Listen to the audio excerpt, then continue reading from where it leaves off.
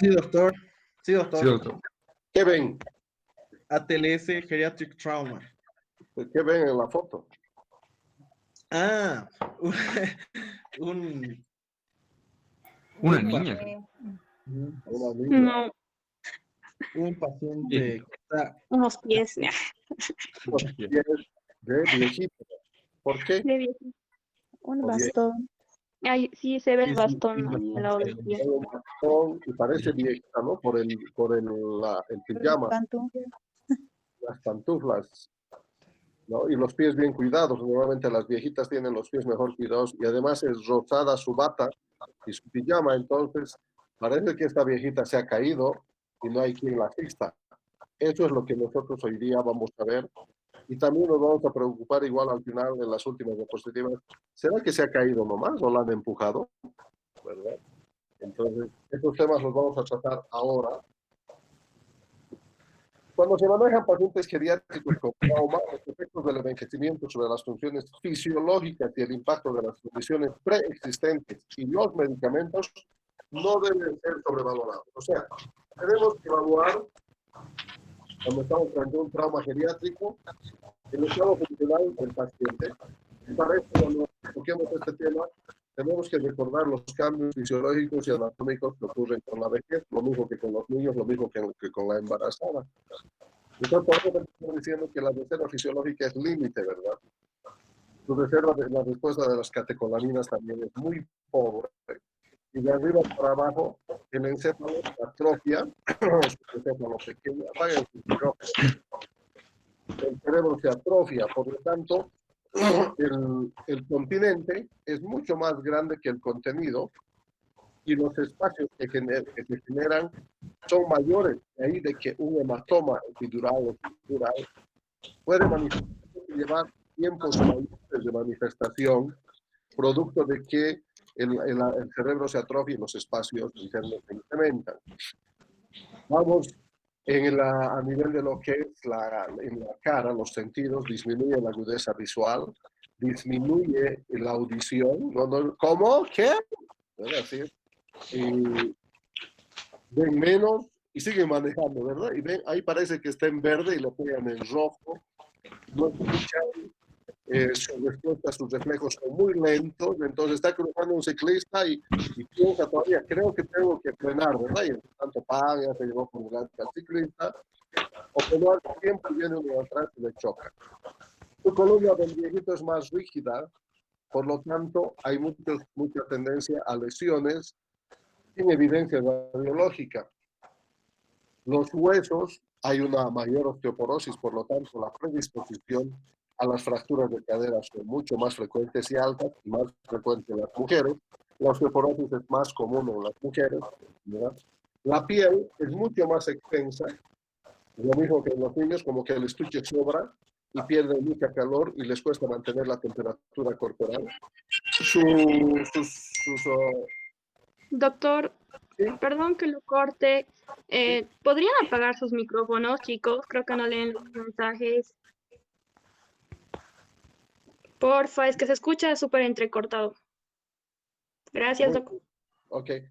Entonces, las constantes fisiológicas van moviéndose mucho. El paciente recuerda menos las cosas. Muchos pacientes ya tienen Alzheimer, ¿verdad? Entonces, son pacientes que tienen ya deteriorado su sistema fisiológico, su sistema orgánico en general. Las extremidades son más artrósicas, responden menos, la piel hablamos que es más extensa, la marcha es más lenta, ¿verdad? Hasta el mismo Piero decía, el cantor es un buen tipo, mi viejo, y tiene la marcha lenta, ¿no? Y hay unos que tienen una marcha más lenta y de pies y de pasos cortitos, como los parkinsonianos, por ejemplo, y que da la impresión de que quieren partir, inician, y yo, mi papá era parkinsoniano, por lo que veía, temblaban los pies antes de iniciar el impulso y parecía como queriendo partir en una carrera, ¿verdad? Ya cuando agarran ritmo empiezan a agarrar pasitos cortos y parece que quisieran empezar a trotar y viene, ¡pum!, la caída. Eso es como muy común en este grupo de pacientes, los trastornos motores, la fragilidad. Son pacientes que en el contexto son hipertensos, son dislipidémicos, son cardiópatas, son pulmonares, han fumado, son diabéticos, tienen osteoporosis con mayor frecuencia las señoras, son portadores de marcapaso y ustedes quieren encontrar 120 de frecuencia cardíaca, toman diuréticos, toman antihipertensivos, toman beta bloqueadores, toman hipoglicemiantes orales. O sea, es un mundo más grande de pacientes que tenemos que pensar muchas cosas y tenemos que pensar que en los siguientes años nuestra población va a ser fundamentalmente longeva a nivel mundial. Entonces tú vas a ver viejitos manejados, a ustedes les va a tocar atender viejitos a producto de accidentes de tránsito, estaban manejando y que le haces una Puebla el Snelling y no alcanzan a ver letras en tamaño normal, ¿verdad? En el contexto de las condiciones preexistentes, tienen enfermedades asociadas previas, tienen trastornos motores, tienen problemas de audición, tienen cardiopatías coronarias. Hay cinco condiciones particulares que es muy común en las pacientes, el tener, por ejemplo, la hipertensión, diabetes, tienen problemas de orden de miocardiopatías coronarias, se me han ido dos más, ahora ahí vamos a ir recordando, pero en general estos pacientes van a tener condiciones previas que van a comprometer su recuperación y las más de las veces va a ser difícil volver al estado previo. Y los medicamentos de estos pacientes siempre hay que saberlos y esto lo logramos en la historia amplia, ¿verdad? Cuando ustedes ven en la 9ª edición, la segunda imagen, ¿no? Un viejito donde se ve todas, o sea, de arriba abajo, de lo que vayas mirando, va deteriorándose. Entonces, por lo tanto, uno tiene que conocer que cuando está tratando a un adulto mayor, tiene que saber estos cambios fisiológicos. Y hoy día vamos a analizar esta discusión interactiva. Acuérdense, ¿cuál es la diferencia entre una discusión interactiva y una conferencia interactiva?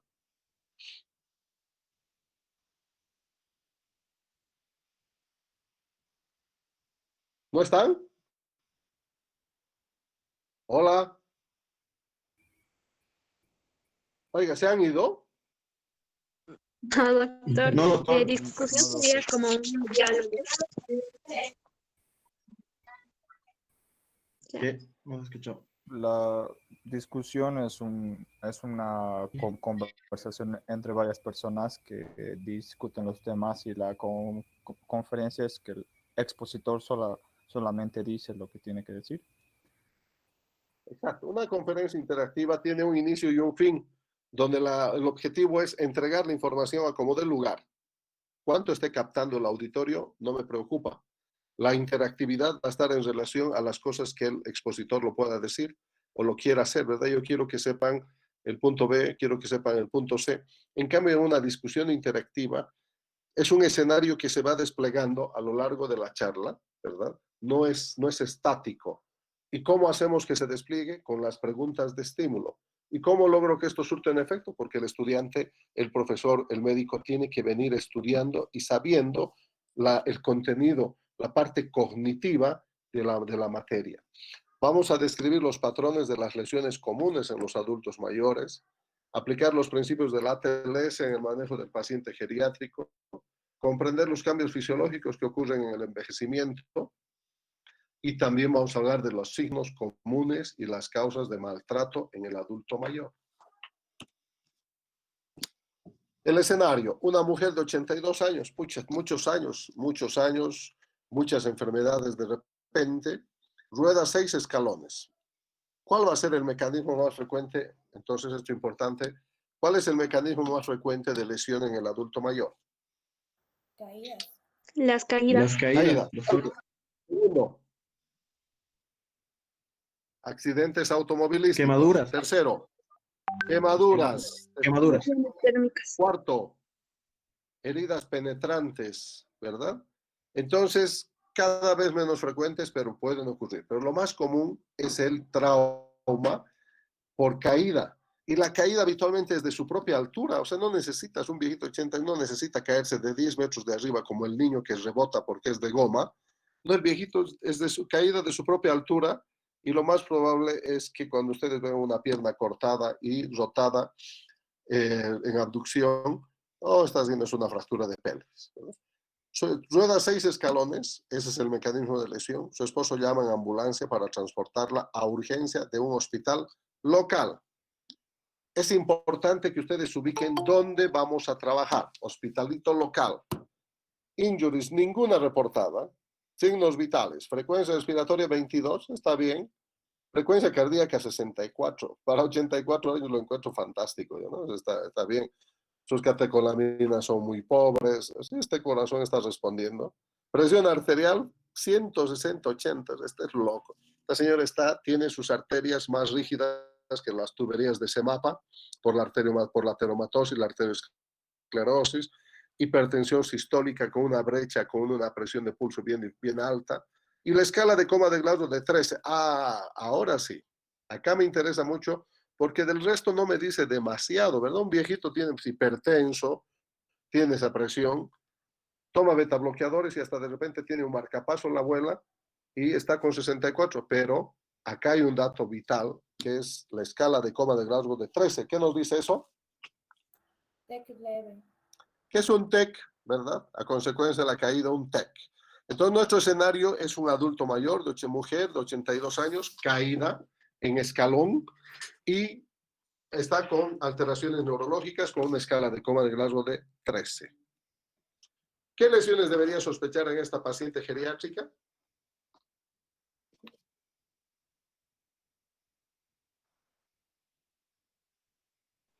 El TEC, doctor, TEC leve, como dijeron.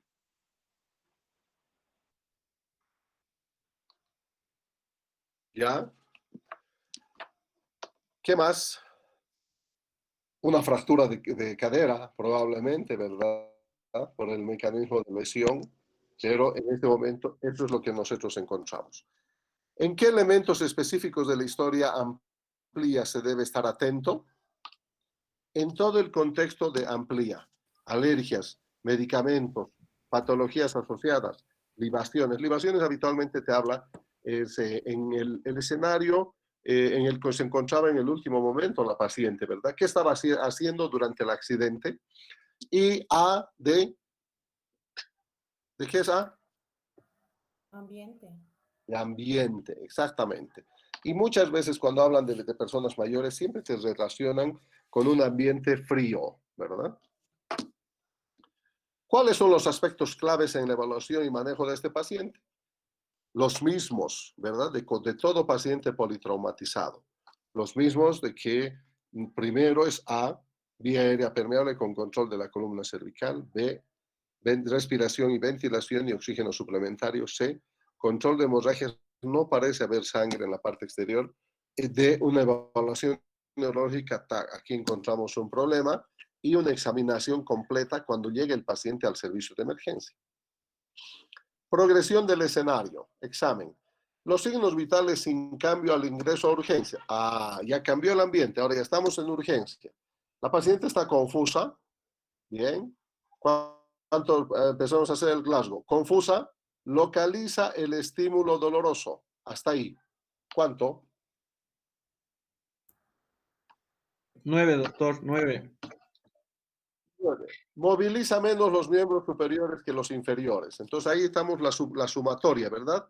Motor, pero me llama la atención demasiado que la movilización habla de miembros superiores e inferiores. Cuando hablamos de focalización, estamos hablando de una hemiparesia, una hemiplegia, ¿verdad? Un lado.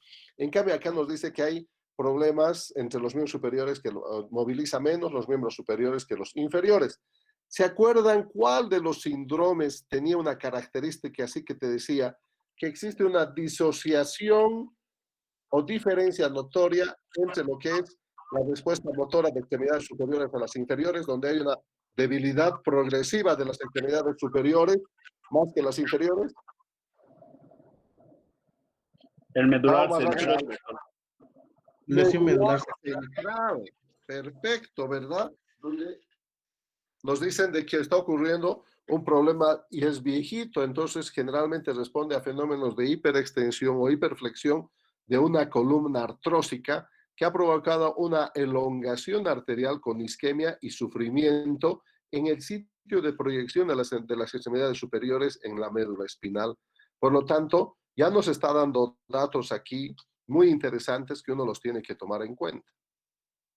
Toma inhibidor directo de la trombina, debe tomar de repente aspirina, debe tomar algún otro anticoagulante, warfarina o algo más moderno. Toma betabloqueadores por hipertensión. Sabemos de que un 30% de los pacientes hipertensos, además de sus inhibidores de ECA, pueden estar combinando con betabloqueadores para el manejo. Los betabloqueadores no solamente se dan para la hipertensión jóvenes, sino también por el efecto protector del miocardio, ¿verdad? Eso ya está llevando en medicina. Es importante saber esos hechos. Lo mismo del enalapril, el efecto protector del miocardio, además de su efecto antihipertensivo. Le hacen unas radiografías y dice la radiografía de tórax, múltiples fracturas costales. ¿Por qué será?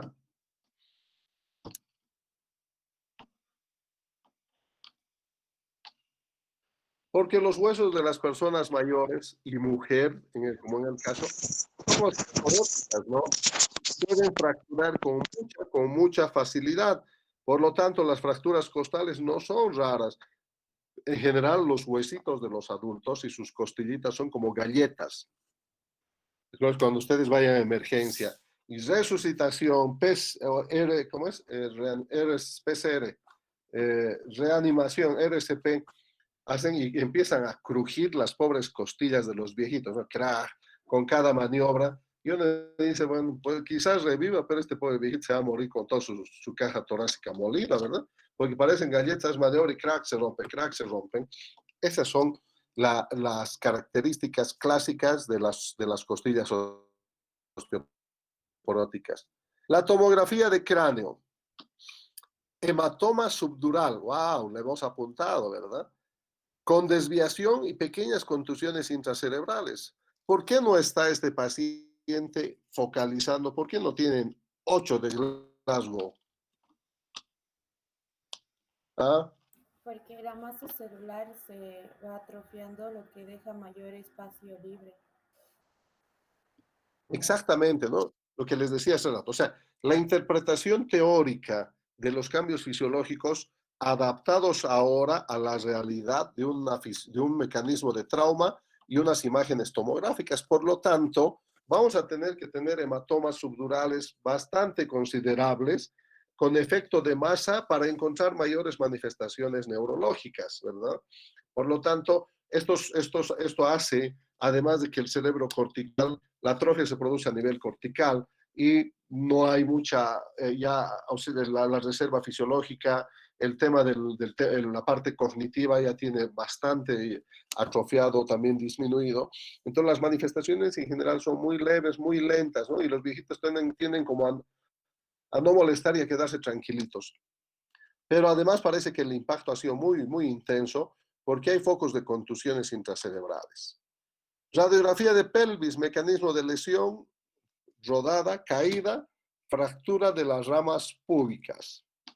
Entonces, ahora díganme cómo son las ramas púbicas.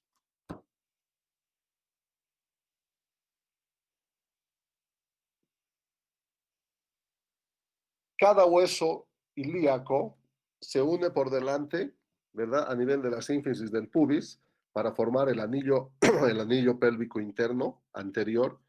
Y tenemos la rama isquiopubiana, la parte superior, ¿verdad?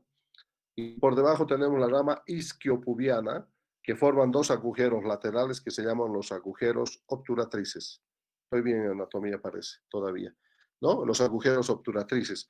Entonces nos dice que están fracturadas las ramas púbicas. No nos especifica cuáles, pero ya hay un trauma con una fractura pélvica. Yo hubiera esperado, por la foto, una fractura de cadera. Preguntas a discutir. Estas son las preguntas de estímulo. ¿Qué desafíos y peligros podría encontrar si necesita intubar a esta paciente? ¿Está clara la pregunta?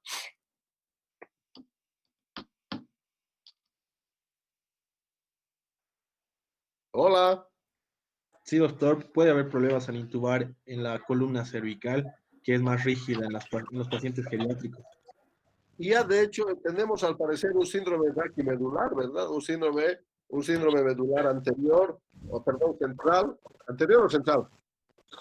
Central, doctor, lesión medular central. Ya tenemos, y esto ya nos está diciendo que sí hay una columna rígida, dura, artrófica, y que vamos a tener problemas con la intubación.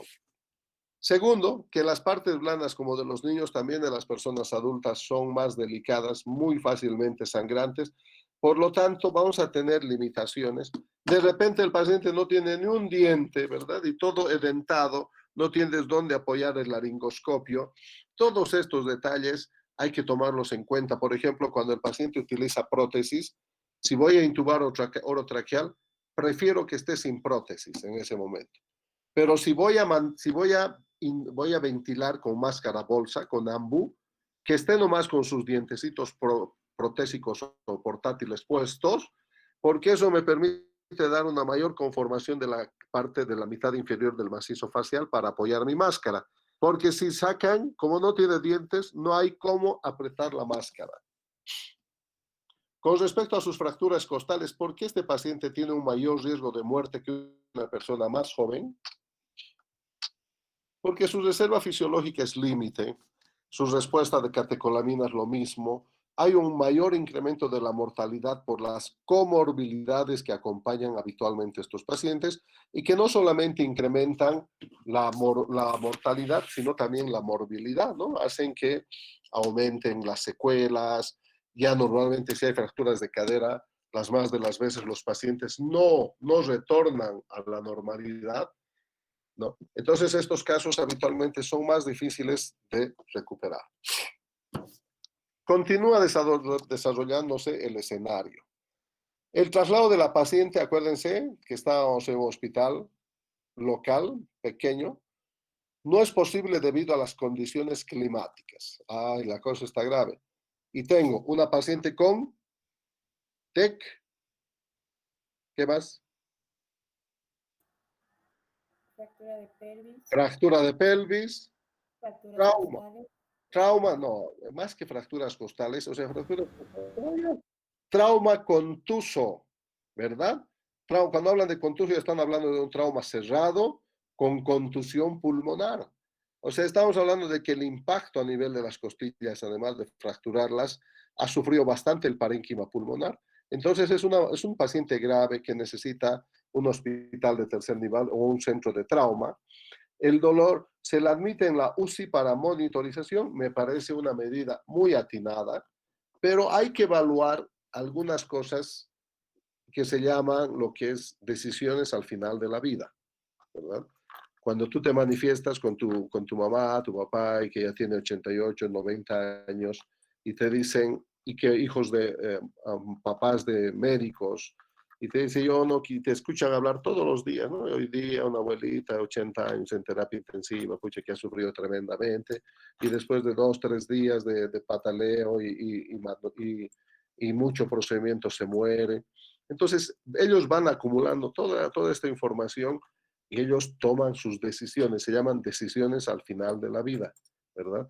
Y dicen, y si esto me ocurriese a mí, yo no quiero que me intuben, no quiero entrar a terapia intensiva, porque ya cumplí mi ciclo y si tengo una lesión grave, prefiero irme sin sufrir más de lo que ya me ha condicionado el trauma. Este tema es muy importante conversarlo y respetar un poco la decisión del adulto mayor, ¿verdad? Si es un niño, un adolescente, obviamente vamos a destrozarle hasta fracturar sus costillas, hasta revivirlo. Pero en este viejito empezar a iniciar maniobras, vamos a terminar con una caja de galletas sonando, ¿verdad? Todos sus huesitos. El dolor de las fracturas costales se controla con narcóticos. Muchas veces ni sienten ni se quejan de dolor porque su tolerancia al dolor es altísimo, alto, muy alto. ¿No? Que le duele, sí, un poco, ¿no? Y así con un paracetamol pasa. Y está deteriorándose. El estado respiratorio y el nivel de conciencia continúa deteriorándose. No nos dice en números, no nos objetiva, pero subjetivamente nos está diciendo que su TEC que su traumatismo encefalocraniano y el hematoma epidural probablemente está expandiéndose más y dice, tomografía de cráneo repetido, hay progresión del hematoma subdural. ¿Qué hay que hacer? Craneectomía, doctor. Hay que hacer una craneotomía descompresiva, así se llama. Craneotomía descompresiva, se abre la dura madre, se hace una plastía de la dura madre, se drena el hematoma y cuando hay mucho edema, como en estos casos son viejitos, no es el mismo comportamiento. En los jóvenes se hace una craneotomía descompresiva. Sacas 2 pedazos de tóxlo, de calavera, de cráneo, de ambos lados habitualmente temporoparietales, los sacas, ¿verdad? Y los guardas en el subcutáneo, en bolsillos para proteger ese hueso. Y además tienes que abrir plastía dural, ¿sabes? O sea, he hecho y he visto hacer, ¿no? Donde abres la dura madre, ¿para qué? Para que el edema, en el joven estamos hablando, ¿ya? Ojo, para que el edema se expandan los hemisferios cerebrales cómodamente y no se enclaven, ¿verdad? Y hay fotos, ¿no? Y he visto como al día siguiente de la craneotomía descompresiva bilateral, craneectomía, 2 cuernos a ambos lados, el cerebro hinchado, edematizado, y el paciente mejorando tremendamente. Y después de un tiempo, 1 mes, 2 meses, se colocan nomás los pedazos de huesito. Y seguramente este paciente, pero ¿por qué no en el viejito? ¿Por qué? Porque hay pues espacio suficiente, ¿verdad? Y tremenda morbilidad dejarlo sin ojlito a este pobre viejito. Entonces, normalmente se reinstalan el pedazo de hueso en ese mismo instante y se cierra. El neurocirujano dice por telemedicina, como ahora, ¿verdad? Recomienda una craniotomía descompresiva y drenaje del hematoma cuando se la pueda trasladar. Ojo, ¿verdad? Entonces acá no está el neurocirujano y él dice, puedes hacer, la tomografía dice que hay un hematoma epidural del lado temporoparietal izquierdo, por lo tanto no está demasiado complicado. Si tú sabes hacer una craneectomía, podrías intentar hacerlo, ¿verdad? Entonces yo le diría, yo nunca he hecho, doctor, esta cuestión. El tema es que, amigo, sigue la temporal pésimo, sigue nevando y no hay helicóptero que lo traslade. Por lo tanto, o le haces o se muere, ¿verdad? Entonces hables ahí con la familia y decirle, hay que hablar con la verdad. Yo nunca he hecho, pero acaba el neurocirujano de decirme cómo se hace y si ustedes me autorizan, yo le hago. Es sencillo, la craneotomía es ahora con el craneótomo, que ni te equivocas, o sea, a la antigua con birbiki y alambre y sierra de Jiggly, yo no haría nica por ningún motivo, ¿no? En cambio, con el craneótomo ahora es enchufar un taladro, 4 cortes y tienes afuera el hueso, abres la dura madre, aspiras el líquido, dejas un drenaje y asunto arreglado, ¿verdad? O sea, tampoco es y el 80% de la cirugía del neurocirujano, ¿verdad? O sea, el top de la cirugía, el neurocirujano, el que es el rey del Olimpo, es drenar hematomas, ¿no? Sacar un pedazo de tóxlo y drenar hematomas. Preguntas de estímulo. ¿Cuáles son las causas potenciales para el deterioro del estado mental de esta paciente? ¿Cuáles son las más probables? Vamos contestando.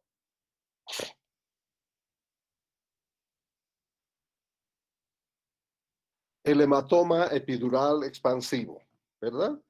Y como hay atrofia cerebral, hay espacios amplios, el hematoma nos está dando todo el tiempo del mundo para tomar la decisión, pero el tiempo, el clima, no te está dando posibilidades, ¿no? Porque sigue nevando y al parecer no la vas a poder sacar.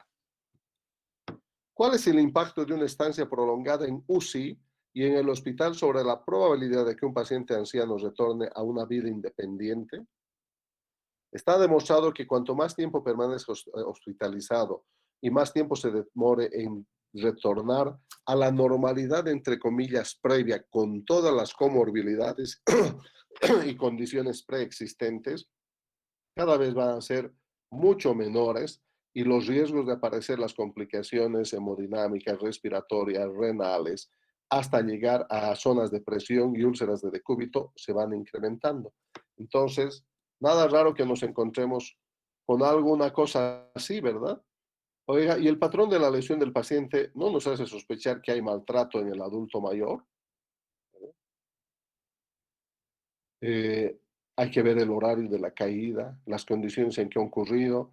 De repente en la radiografía deberíamos haber visto algunas lesiones anteriores como en el niño, ¿no? Lesiones previas, pero no hay datos. Sin embargo, debemos sospechar, debemos pensar en esto. ¿Y cuáles son, qué tipos de lesiones deben hacerle sospechar que hay maltrato en el adulto mayor? El maltrato del adulto mayor puede ser psicológico, puede ser físico. El maltrato del adulto mayor, en general, tú lo puedes percibir desde el estado de ánimo del viejito, ¿verdad? Es un viejito retraído, un poco comunicativo, cómo viste, ¿no? Muy desarreglado, no con la camisa sucia, con restos de comida. Ese es un maltrato social, ¿verdad? El viejito probablemente con todas las limitaciones, si es que no tiene Parkinson, se echa la comida en su camisa, deja marcas, muchas limitaciones, y todo esto implica maltrato del adulto mayor, ¿verdad? Otras lesiones muy comunes, el tipo de las quemaduras, las fracturas localizadas. Es difícil diferenciar una fractura costal o varias fracturas costales. No es como en el niño más fácil de pensar un impacto directo, sino habitualmente son traumas acompañantes, solo que en el adulto mayor van asociados a traumatismos con extensas zonas de contusión pulmonar que van a afectar la función respiratoria. Y concluye el escenario. Mire esto, que el esposo afirma que la paciente no habría deseado la intubación ni las intervenciones de apoyo vital si las posibilidades de vivir en forma independiente son o serían escasas. ¿Qué dicen? Se debe respetar la decisión de la señora, doctor. ¿Y eso qué se llama? Eutanasia activa. Wow, no. Pasiva. Eutanasia pasiva. ¿Qué más?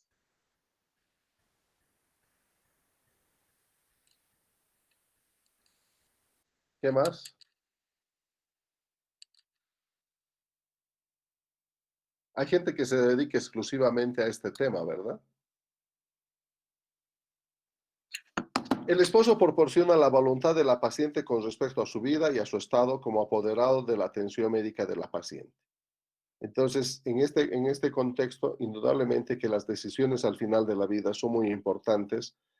En el contexto de la edad del paciente, de las comorbilidades previas, de los estados preexistentes, del estado de salud en general, ¿no? Y de las expectativas en relación a la recuperación del paciente y eso relacionado sobre todo con el tiempo, ¿verdad? Cuanto más tiempo nos demoremos en recuperar, menores serán las posibilidades de obtener una recuperación similar a la anterior.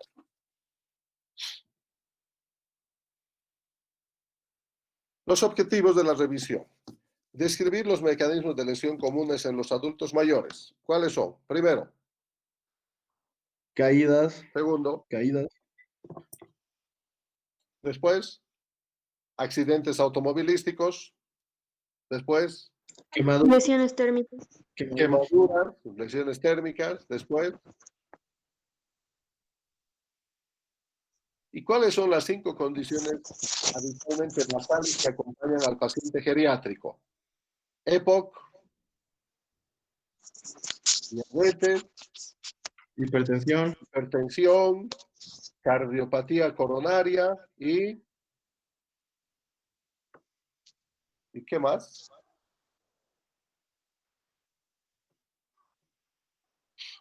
Aplicar los principios del ATLS en el manejo del paciente geriátrico con trauma, siempre recordar que las prioridades son las mismas, las prioridades no cambian.